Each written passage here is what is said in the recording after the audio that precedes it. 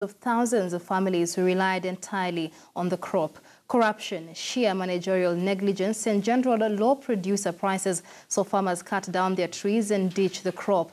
This electioneering season is here and politicians are talking of reviving the industry. Holocaust reporter Francis Ontomwa dug deeper into the plight of families that used to depend on cashew nuts. Mzee Safari Charo is combing through the plantation to collect what has remained, a few cashew apples fallen from the trees. He has to wake up early before someone else or even birds do that.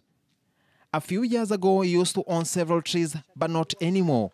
Over the years, he has been forced to cut down the trees and instead plant other crops. And this is why. Soko la huu mkorosho iliharibika wakati kumefungwa pale.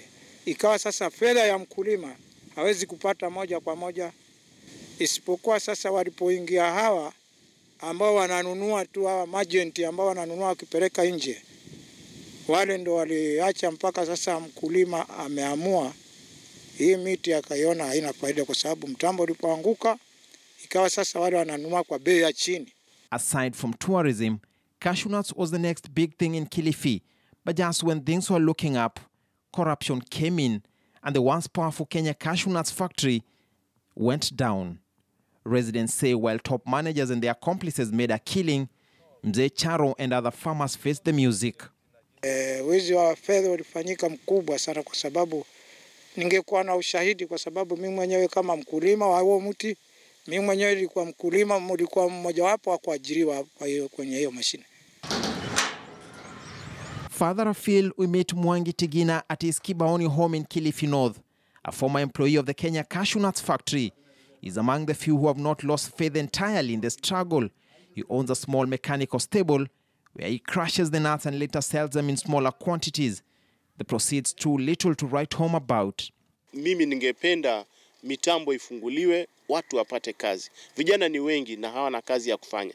Hiyo ndio inasababisha mpaka vijana wanaanza kuibaiba. Ana pia kutumia madawa ya kulevya. And the effects can be noted almost immediately.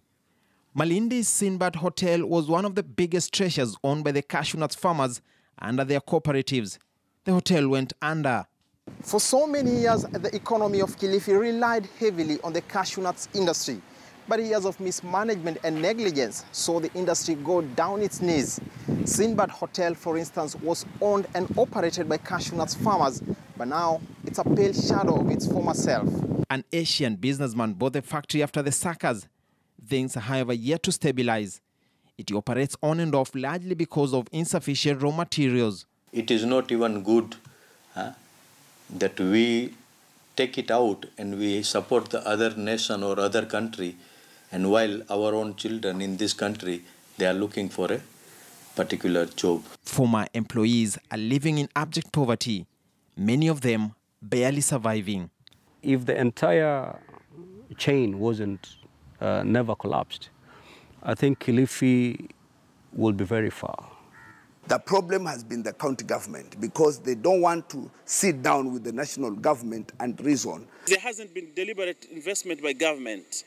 The government will only tell you they will revive the cashew nut plant.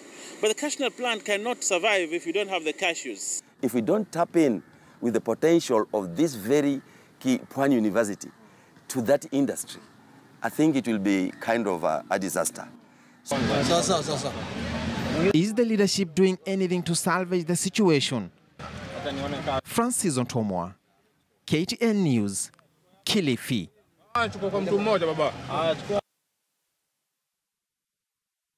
And in sports news now, Neymar scored a brace as Barcelona beat Juventus 2-1 in the International Champions Cup.